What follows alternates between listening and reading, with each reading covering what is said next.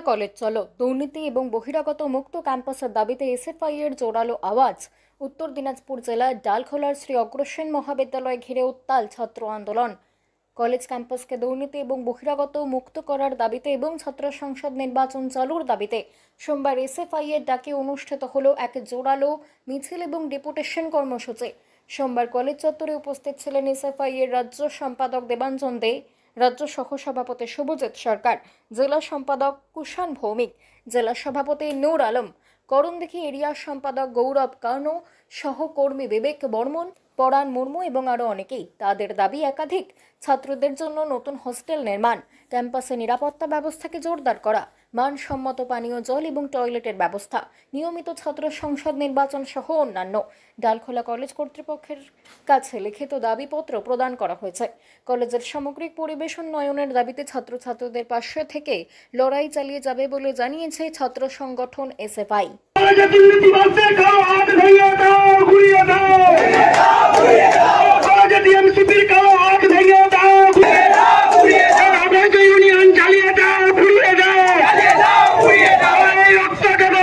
সুদীপ্তরার কসম খাও, সুদীপ্তরার কসম খাও, সুদীপ্তরার কসম খাও,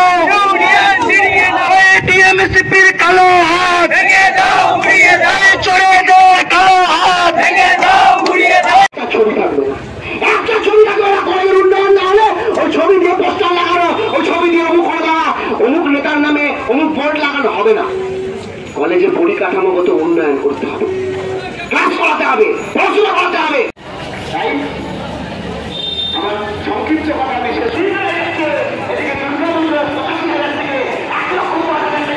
থাকবে, যারা ছাত্র হবে কেউ অছাত্র হবে না। কিন্তু এখন কি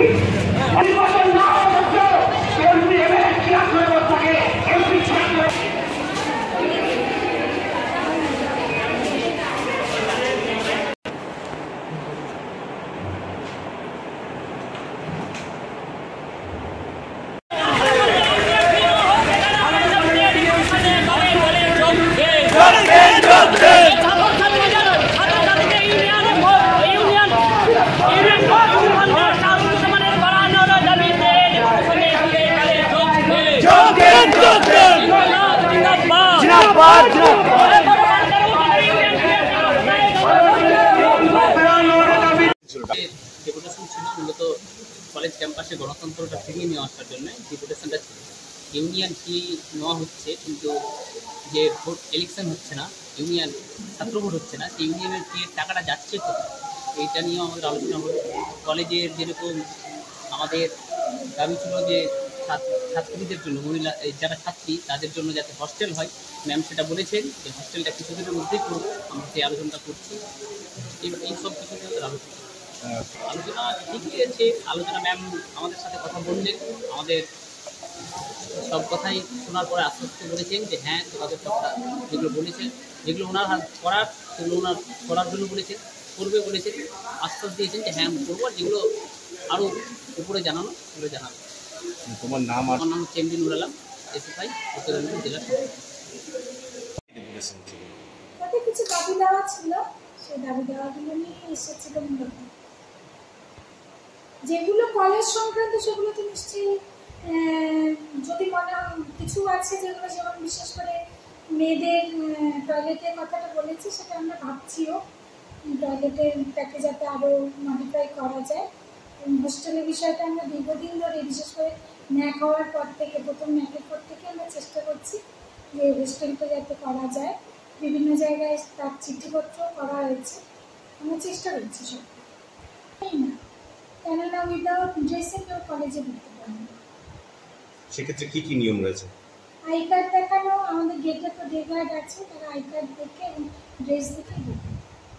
দাবি জানিয়েছি কলেজ ক্যাম্পাসের মধ্যে যে কোনো ছাত্র যাতে তার গণতান্ত্রিক অধিকার প্রতিফলিত করতে পারে সে বিষয়ে সচেতন করে এসেছি আমরা।